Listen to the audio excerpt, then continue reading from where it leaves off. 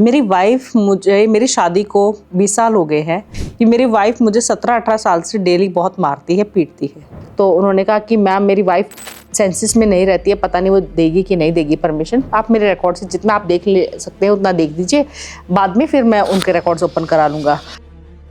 जो सबसे पहली जो एनर्जी जो घूम रही थी वो एक लेडी की एनर्जी थी जिसकी हाइट अराउंड 5'4" थी। एंड सबसे पहले जिसका कहेंगे ना कि जो पावरफुल जो मेन हेड थी वो एनर्जी, और उसने धीरे धीरे जो सराउंडिंग की नेगेटिव एनर्जीज थी वो अट्रैक्ट कर रखी थी। अगर देखा जाए तो उनके घर में टोटल 5 एनर्जीज थी। तो मैं दोबारा ध्यान में गई, और जब मैं ध्यान में गई तो मुझे दिखा कि उन्होंने नया नया कहीं शिफ्ट किया है, और वो एनर्जी जो है जिस घर में वो नए नए शिफ्ट किए थे उस घर में वो एनर्जी पहले से ही थी, और उसने वहाँ पे सुसाइड किया हुआ था। एंड धीरे धीरे वो उनके ऑरा में मर्ज हो गई, ऑरा में चली गई, और अब उनकी वाइफ जो है सेंसेस में नहीं है, उन्हें कुछ नहीं पता है। और आप ये रेमेडी करनी आसान नहीं होगी, क्योंकि इसमें आपको अपनी वाइफ का हाथ पकड़ कर करना होगा, या उनको ऐसे करके, और वो आपसे दूर भागेंगी। जय माता दी। आज का जो एक्सपीरियंस है, मैं जानती हूँ आप सब कहते हैं मैम थोड़ा हॉन्टेड एक्सपीरियंस चाहिए, तो मुझे भी एक तो क्या होता है ना, जैसे रीडिंग कंप्लीट होती है तो आधे घंटे के बाद, आधे घंटे भी नहीं, मेरे को तो 10 मिनट के बाद ही मैं भूलना स्टार्ट हो जाती हूँ, वो नहीं याद रहता है, और इसलिए हॉन्टेड याद रखने के लिए मुझे लिखना पड़ता है। तो चलो आज का एक्सपीरियंस स्पेशली मैं लिख लिया था मैंने, और ये हॉन्टेड एक्सपीरियंस ही है, आपको सुन के बहुत मज़ा आएगा। इस एक्सपीरियंस में क्या हुआ, ये जो क्लाइंट आए थे मेरे पास, इन्होंने बताया कि मैम मेरी वाइफ मुझे मेरी शादी को 20 साल हो गए हैं, और मेरी वाइफ, आप लोगों को हंसी आएगी सुन के, देखना अभी, कि मेरी वाइफ मुझे 17-18 साल से डेली बहुत मारती है, पीटती है। मैं जानती हूँ बहुत लोगों को हंसी आ रही है, खासकर लेडीज़ को। उन्होंने कहा तो मैं भी सुन रही थी, और ऑब्वियसली मन में चल रहा था कि इसमें क्या है। तो उन्होंने कहा कि मैम मेरी वाइफ मेरे को 17-18 साल हो गए हैं, डेली मारती है, बहुत पीटती है। और एक तो मुझे ये जानना है, सेकेंडली मुझे ये जानना है कि मुझे एक जिसे कहेंगे एक आदत लग गई है बाहर जाने की, दूसरी लेडीज़ की तरफ मैं अट्रैक्ट हो जाता हूँ देखकर, ये इसका क्या सल्यूशन होगा। एंड तीसरी चीज़, मुझे क्या बिजनेस आगे करना चाहिए, आपको क्या दिख रहा है, मुझे ये तीनों चीज़ जाननी है। तो मैंने कहा ठीक है। जैसे ही मैंने उनके रिकॉर्ड्स ओपन किए तो ऑब्वियसली मैंने उनको पहले ही कह दिया था कि आप अपनी बीवी के बारे में, अपने वाइफ के बारे में जानना चाहते हैं, तो इसमें नहीं, मैं उनके रिकॉर्ड्स के बिना तो ज़्यादा उनके बारे में, पर अगर इस घर के रिलेटेड कुछ दिक्कत है, बिकॉज घर उनके नाम पे था, घर में कुछ ऐसा है, या आपके रिकॉर्ड से जितना देख पाऊंगी मैं देख लूँगी, लेकिन कुछ ऐसा है जो उनके अंदर है और उनके ही रिकॉर्ड से दिखेगा, तो आपके उसमें अभी मैं उसका जवाब नहीं दे पाऊंगी, उसके लिए आपको उनके रिकॉर्ड्स ओपन कराने पड़ेंगे। तो उन्होंने कहा कि मैम मेरी वाइफ सेंसेस में नहीं रहती है, पता नहीं वो देगी कि नहीं देगी परमिशन। आप मेरे रिकॉर्ड से जितना आप देख ले सकते हैं उतना देख दीजिए, बाद में फिर मैं उनके रिकॉर्ड्स ओपन करा लूँगा। जब मैंने उनके रिकॉर्ड्स ओपन किए तो मुझे दिखा उनके घर में जो सबसे पहली जो एनर्जी जो घूम रही थी वो एक लेडी की एनर्जी थी जिसकी हाइट अराउंड 5'4" थी, एंड बाल बांधे हुए थे ऐसे पीछे को, और जो कॉम्प्लेक्शन है वो थोड़ा सांवला था, साड़ी पहनी हुई थी, कॉटन टाइप साड़ी पहनी हुई थी, ऐसी मुझे एनर्जी दिखी। सबसे पहले जिसका कहेंगे ना कि जो पावरफुल जो मेन हेड थी वो एनर्जी, और उसने धीरे धीरे जो सराउंडिंग की नेगेटिव एनर्जीज थी वो अट्रैक्ट कर रखी थी। अगर देखा जाए तो उनके घर में टोटल 5 एनर्जीज थी जो मैंने उनके दिखी, और कहीं जिसकी वजह से जो शायद उनकी वाइफ का ऑरा वीक था, या जिस भी रीज़न से वो उनकी वाइफ की तरफ अट्रैक्ट हो रखी थी, उनकी वाइफ पर हावी थी, ये मुझे दिखा। लेकिन इसमें आप लोग सोच रहे होंगे कि वाइफ के रिकॉर्ड्स तो नहीं, क्योंकि घर में खुलेआम घूम रही थी इसलिए मुझे ये दिख गई। अगर खाली वाइफ के अंदर समाई होती या कुछ ऐसा होता तो नहीं दिखती। दूसरी चीज़, जैसे उन्होंने पूछी थी कि मैम मुझे ये जो आदत है तो इसमें आत्मा की कोई गलती ही नहीं है, उनके रिकॉर्ड्स में क्लियर कट आ गया, इसमें आत्मा की क्या गलती। आत्मा तो नहीं कह रही है कि तुम्हें बाहर जाओ और तुम अट्रैक्ट हो जाओ, ये कहीं ना कहीं तुम्हारी फिजिकल डिज़ायर है, तुमने खुद क्रिएट की है इस जन्म में, इस शरीर डिमांड कर रहा है। तो इसमें हम आत्मा के यानी कि सोल रिकॉर्ड्स में नहीं देख सकते हैं। इसमें आपको खुद कंट्रोल को करना होगा। तो इसमें सोल रिकॉर्ड्स में नहीं दिखेगा, इसमें कहीं ना कहीं आपकी बॉडी की डिजायर है, आपको वो कंट्रोल करना होगा। इसलिए हम कहते हैं मेडिटेशन करो ताकि आप अपने 5 सेंसेस को कंट्रोल कर सको। एंड जो तीसरी चीज़ उन्होंने पूछी कि मैम मुझे आगे जो बिजनेस है वो किस में करना चाहिए, तो वो मैंने उनको बताया कि आप किसी भी मेटल के रिलेटेड, आपके मेटल्स दिख रहे हैं, अगर उसमें चाहे गोल्ड सिल्वर जो भी आप करेंगे वो ठीक रहेगा, उसमें आपको फ़ायदा होगा। जब मैंने उनसे बात की तो मैंने उनको बताया कि मुझे ऐसी एक लेडी दिखी थी जब मैंने आपके घर के रिकॉर्ड्स ओपन किए। तो वो मतलब ऑब्वियसली मुझे बताने लगे कि मैम क्या ऐसी थी वैसी थी। तो मैं आपको एक चीज़ इसमें अभी मैं आपको थोड़ा एक ज्ञान दूंगी, बताऊंगी इसमें कि देखिए रिकॉर्ड्स में जो दिखता है ना वो एक सपने के जैसे होता है, जैसे हम सपने में देखते हैं। जितना ज़्यादा मतलब मास्टर्स मुझे हाइलाइट्स दिखाते हैं, एक इंसान है उसके हाइलाइट्स दिखाए जाएंगे। मानो अगर कल को इस दुनिया में मैं नहीं हूँ और कोई मेरी फैमिली का रिकॉर्ड्स ओपन कराता है, मुझे बुलाता है किसी भी उसमें, तो मेरे हाइलाइट्स दिखाए जाएंगे। हो सकता है मेरी माँ का लॉकेट, मेरे वो लॉकेट दिखा दिया जाए, क्योंकि इससे सब जानते हैं कि मेरे गले में लॉकेट रहता है, ठीक है। हो सकता है कुछ और मेरा कलर दिखा दिया जाए कि भी फेयर कलर है, इतनी इतनी हाइट है, ऐसे कुछ हाईलाइट दिखाए जाएंगे। एक एक चीज़ नहीं दिखाई जाएगी कि मैंने कौन सी रिंग पहनी है, कौन सी वॉच पहनी है, ये सब नहीं होगा।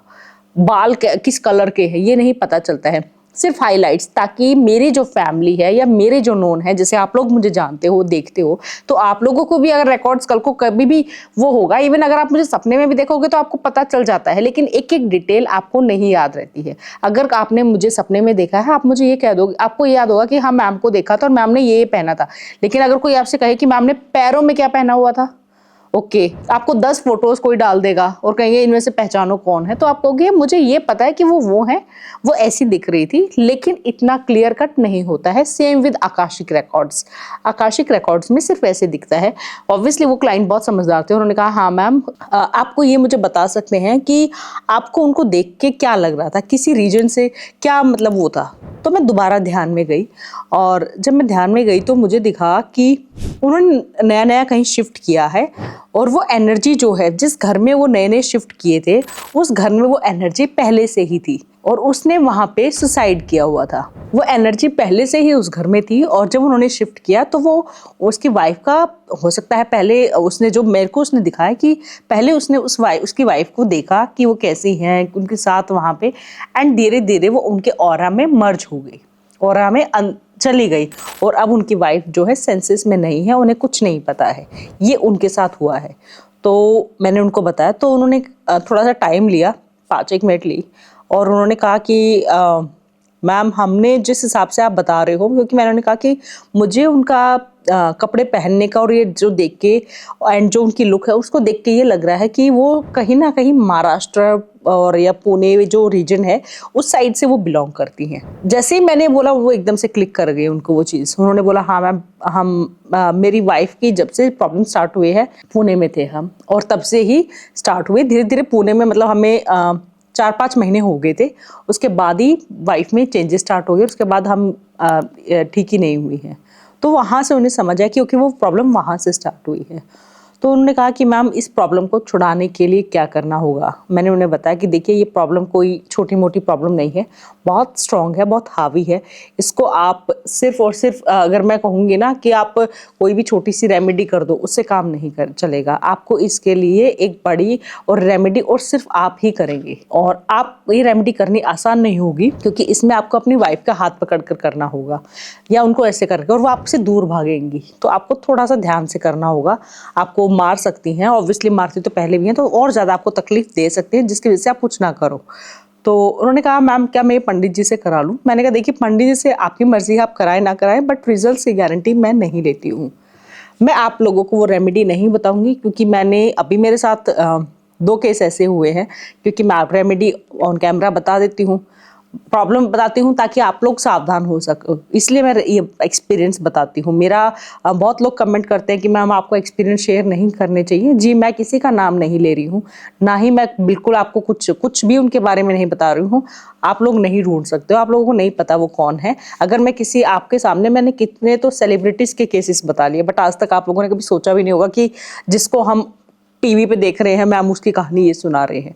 तो मैं नहीं आपको किसी का नाम नहीं रिवील कर रही हूँ, किसी के बारे में कुछ नहीं बता रही हूँ, सिर्फ एक्सपीरियंस बता रही हूँ ताकि आप लोगों को पता चल सके कि हाँ कहाँ पे सावधानी और कहाँ पे क्या गलती हो सकती है। बट रेमेडी बताने से मेरे 2 केसेस ऐसे हुए हैं जिनके घर में कुछ प्रॉब्लम थी और उन्होंने वो रेमेडी खुद ही अपने हिसाब से, क्योंकि मैंने जैसे बताया था कि आप 40 दिन हनुमान चालीसा, जैसे मैं ऑन कैमरा बताती हूँ कि 41 डेज आप हनुमान चालीसा करिए और ऐसे, और उन्होंने वो खुद ही कर लिया। और जब प्रॉब्लम ज़्यादा वर्स हो गई, बिकॉज घर की प्रॉब्लम इतनी आसान नहीं थी, और ये जो जिन्होंने किया उनकी उम्र भी ज़्यादा नहीं थी, 21 साल की वो लड़की थी, उसने खुद ही किया। और अब वो इतनी ट्रॉमा में चल गई हैं कि वो बिल्कुल पागल हो गई हैं, क्योंकि उनको संभालने में नहीं आया। कोई भी रेमेडी जब मैं बताती हूँ, मुझे देखना होता है कि सामने वाले की एज कितनी है, वो कैसे करेंगे। मैं बहुत गाइडलाइंस देती हूँ, तो इसलिए मैंने डिसाइड किया कि मैं आपको ऑन कैमरा रेमेडीज़ नहीं बताऊंगी। जो क्लाइंट्स हैं, जो उनकी प्रॉब्लम है, उन्हीं को बताऊंगी, क्योंकि ये वो ऐसे हो जाएगा जैसे डॉक्टर ऑन कैमरा दवाइयाँ बता रहा है और किसी को कुछ भी हो रहा है, वो कोई भी दवाई खरीद के खा रहा है। तो माफ़ करिएगा, बट मैं आप समझ सकते हैं। तो ये उनकी प्रॉब्लम थी, जो क्लाइंट थे। फिर मैंने उनको रेमेडी बताई। वो थोड़ा सा तो डर गए उनको कि इतना जब सीरियस है तो मैं कैसे कर पाऊंगा अकेले। तो उन्होंने कहा, मैंने कहा देखिए करना तो आपको ही पड़ेगा, और जितना जल्दी करेंगे उतना अच्छा होगा, बिकॉज धीरे धीरे अगर आपने इसका समाधान नहीं किया, आज आपकी वाइफ के साथ है, आपकी वाइफ ज़्यादा साल नहीं जी पाएंगी, और आगे जाके आपके बच्चों पे ये चीज़ आ जाएगी, आपके बच्चे फेस करेंगे, आपके बच्चों पे दिक्कत आ जाएगी। तो इसका समाधान तो बहुत ज़रूरी है। और ये इतनी क्योंकि एक एनर्जी होती है तो भी संभाल जाती है, 2 होती है तो भी, बट जब एक झुंड हो जाए, 4-5 हो जाए, तो आप कहीं भी चले जाइए, वो वहाँ पे जाएंगे, जब तक तो कुछ नहीं होगा, जैसे ही वापस आएंगे वो वापस वैसे ही हो जाएंगे। तो इनका निवारण घर बैठ के ही होता है और किसी के साथ में होके होता है। अगर आप किसी को ऐसे को जानते हो तो प्लीज़ उनकी रीडिंग करवाइए, उन्हें बताइए कि ये आसान नहीं है, इनको दुनिया के सामने लेकर आइए। मैं आपको और भी एक्सपीरियंस बताऊंगी, प्लीज़ कमेंट करके आप बताइएगा। और एक और इन्फॉर्मेशन, बहुत से लोग मेरे पास ऑटिज्म वाले आते हैं कि मैम हमारे बच्चे को ऑटिज्म है, ये प्रॉब्लम है, वो प्रॉब्लम है। देखिए, मैं सोल रीडिंग करती हूँ, जितनी हीलिंग कर सकती हूँ, जितनी आपकी हेल्प कर सकती हूँ, मैं ज़रूर करती हूँ। और सिर्फ इस टॉपिक को कवर करने के लिए मैंने एक पॉडकास्ट शूट किया है, जिसमें मैंने ऑटिज्म के बारे में बहुत डिटेल में बात की है, बहुत क्लियर कट बताया है कि कहाँ पे क्या गलती होती है, कहाँ गलत डॉक्टर्स के पास जाते हैं, कहाँ आज के टाइम पे कोई खुद को एक बता देता है कि हम ऑटिज्म बच्चों का इलाज करते हैं और कुछ भी कर रहे हैं। तो वो पॉडकास्ट आपको ज़रूर देखना चाहिए, ज़रूर देखना। जब लाइव आएगा तो आप लोगों को भी पता चल जाएगा। मैं उसका ट्रेलर या फोटो ज़रूर शेयर करती हूँ समय से पहले, तो ज़रूर आप लोग वो पॉडकास्ट देखिएगा, आप लोगों को बहुत कुछ जानने को और सीखने को मिलेगा। जय माता दी, जय संतोषी माँ।